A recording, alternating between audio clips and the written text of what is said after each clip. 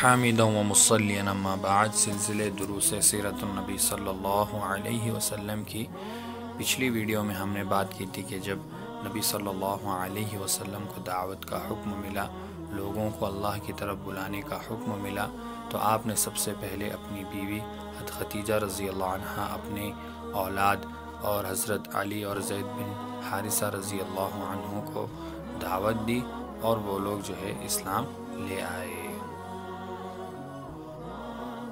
اس کے بعد نبی صلی اللہ علیہ وسلم نے اپنے سب سے بھروسے مند دوست حضرت ابوبکر رضی اللہ عنہ کو اسلام کی طرف دعوت دی اور وہ بھی اسلام لے آئے۔ ہم اس ویڈیو میں انہی کے اسلام لانے کے واقعے کو بیان کریں گے۔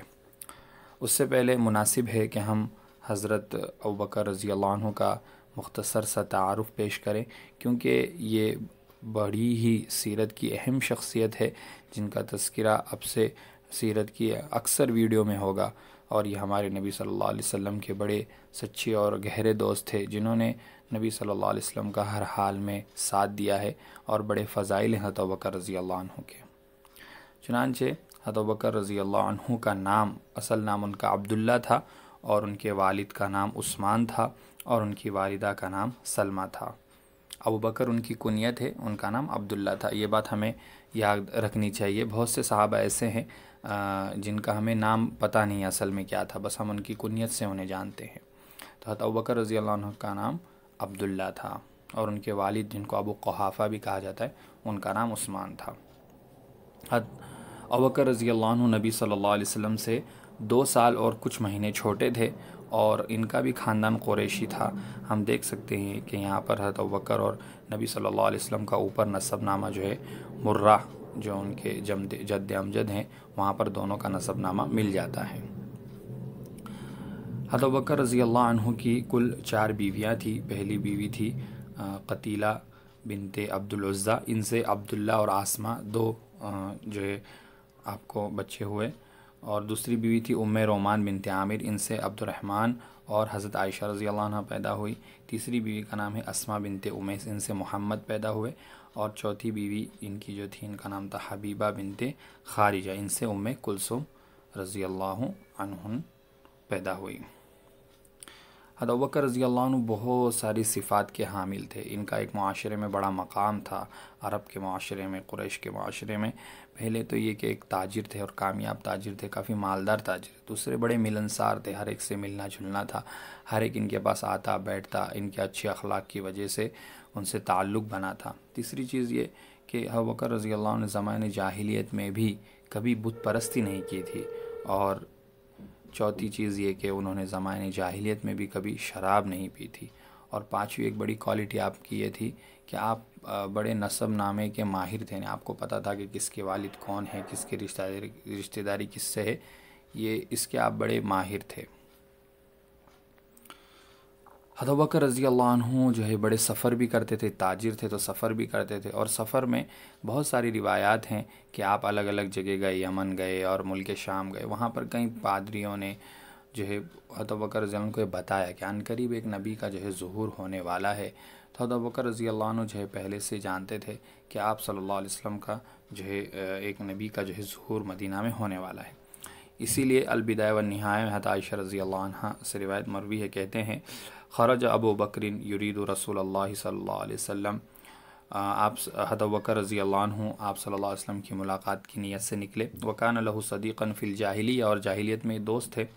فلقیہ فقال، حضرت ابوبکر ان سے ملے اور ان سے کہا، یعنی آپ صلی اللہ علیہ وسلم سے کہا، یا ابو القاسم فقدت من مجالس قومک، ابو القاسم، یہ ہمارے نبی صلی اللہ علیہ وسلم کی کنیت ہے کہ آپ کی قوم کی مجلسوں میں آج کل دکھتے نہیں ہیں۔ واتہموک بالعیب لآبائہا وامہاتہا، اور وہ آپ پر یہ الزام لگا رہے ہیں کہ آپ ان کے آبا اجداد کو برا بھلا کہہ رہے ہیں، یعنی یہ کہ وہ بت پرستی کرتے تھے، یہ غلط ہے یہ کہہ رہے ہیں، میں نے ایسا سنا۔ فقال رسول اللہ صلی اللہ علیہ وسلم، آپ صلی اللہ علیہ وسلم نے کہا، انی رسول اللہ ادعوک الی اللہ، میں اللہ کا رسول ہوں اور آپ کو اللہ کی طرف بلاتا ہوں۔ فلما فرغ رسول اللہ صلی اللہ علیہ وسلم من کلامی اسلم ابو بکر، جیسے آپ صلی اللہ علیہ وسلم نے اپنے کلام سے، اپنی بات سے فارغ ہوئے، فوراً حضرت ابوبکر رضی اللہ عنہ اسلام لے آئے۔ فانطلق عنہ رسول اللہ صلی اللہ علیہ وسلم وما بین الاخشبین احد اکثر سرورا منہ باسلام ابو بکر۔ حضرت عائشہ رضی اللہ عنہ کہتی ہیں نبی صلی اللہ علیہ وسلم وہاں سے چلے گئے اور دونوں پہاڑوں کے بیچ میں یعنی اس وقت مکہ میں حضرت ابوبکر رضی اللہ عنہ کے اسلام لانے کی وجہ سے آپ صلی اللہ علیہ وسلم سے زیادہ کوئی خوش نہیں تھا، اتنی خوشی ہمارے نبی صلی اللہ علیہ وسلم کو ہوئی۔ وَمَضَى ابو بکر، حضرت ابوبکر رضی اللہ عنہ بھی چلے گئے۔ فراح لعثمان، یہاں پہ لعثمان لکھا ہے لیکن صحیح لفظ بھی عثمان ہوگا۔ فراح لعثمان بن عفان وطلحة بن عبید اللہ والزبیر بن العوام وسعد بن ابی وقاص فاسلموا۔ پھر ابوبکر رضی اللہ عنہ گئے اور جو ہے جیسے اسلام لائے اپنا کام اپنا مشن شروع کر دیا، لوگوں کو اور جو ان کے بھروسے مند تھے ان کو اسلام کی طرف بلانے لگے۔ چنانچہ آپ گئے اور سب سے پہلے عثمان بن عفان، طلحہ بن عبید اللہ، زبیر بن عوام اور سعد بن ابی وقاص، ان 4 لوگوں کو لے آئے۔ فاسلموا، پھر یہ لوگ جو ہے اسلام لے آئے، یعنی ان کو نبی صلی اللہ علیہ وسلم کی خدمت میں پیش کیا، حاضر کیا، تو یہ لوگ جو ہے اسلام لے آئے۔ ثم جاء الغد، پھر اگلے دن لے آئے کس کو؟ بعثمان بن مزعون و ابی عبیدۃ بن الجراح و عبد الرحمن بن عوف و ابی سلمہ بن عبد الاسد و ارقم بن ابی الارقم فاسلموا۔ اس کے بعد پھر عثمان بن مزعون، ابو عبیدہ بن جراح، عبد الرحمن بن عوف، ابو سلمہ بن عبد الاسد اور ارقم بن ارقم، ان لوگوں کو دوسرے دن لے آئے۔ تو اس طرح ابوبکر رضی اللہ عنہ اسلام لائے اور پھر جو ہے اسلام کو پھیلانے کا مشن انہوں نے شروع کر دیا۔ چنانچہ السیرۃ النبویہ علی ابن ہشام میں نبی صلی اللہ علیہ وسلم کا فرمان ہے، قال کہتے ہیں، فرماتے ہیں ما دعوت احد الى الاسلام الا كانت عنده قبوة وتردد ونظر الا ابا بکر ما عکم عنه حين دعوته ولا تردد فيه۔ یعنی اس پورے جملے کا مطلب یہ ہے کہ میں نے جس کسی کو بھی اسلام کی طرف بلایا تو اس نے کچھ سوچا یا آگے پیچھے کیا، لیکن ابوبکر رضی اللہ عنہ انہوں نے بالکل بھی جو ہے وہ جھجکے نہیں، فوراً جیسے ہی دعوت ان کے سامنے پیش کی گئی وہ اسلام لے آئے، انہوں نے تصدیق کر دی۔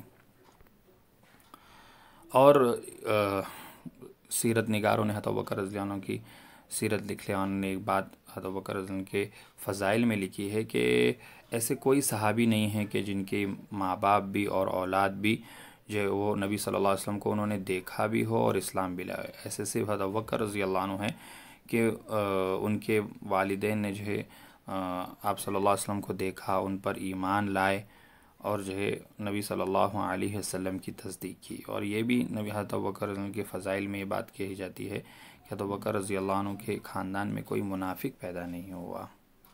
بہرحال حضرت ابوبکر رضی اللہ عنہ کے اسلام لانے کا واقعہ ہے، اس سے ہمیں کئی باتیں سیکھنے کو ملتی ہے۔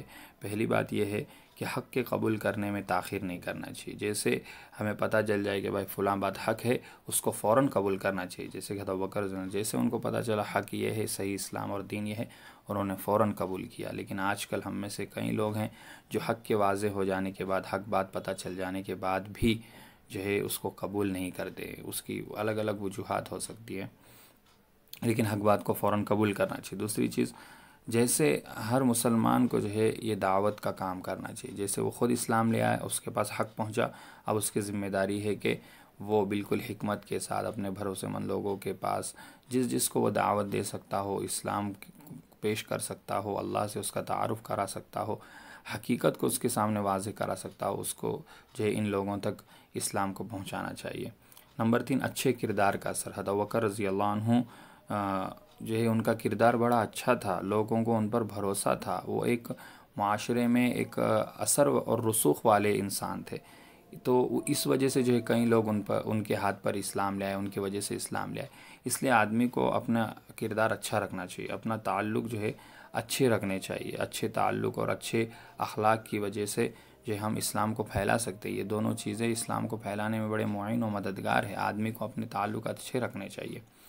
5ویں چیز قربانی ہے کہ حضرت ابوبکر رضی اللہ عنہ جو ہے یہاں وہ اسلام لے آئے اور انہوں نے اسلام کے لیے قربانی دینی شروع کی، تو جو ہے آخری وقت تک، اب ان کی زندگی کے آخری وقت تک پوری جو ہے اپنا جان، اپنا مال، اپنا وقت سارا کا سارا اسلام کے پھیلانے میں اور اسلام کی سربلندی میں لگایا۔ اللہ ہمیں بھی ایسا کرنے کی توفیق عطا فرمائے۔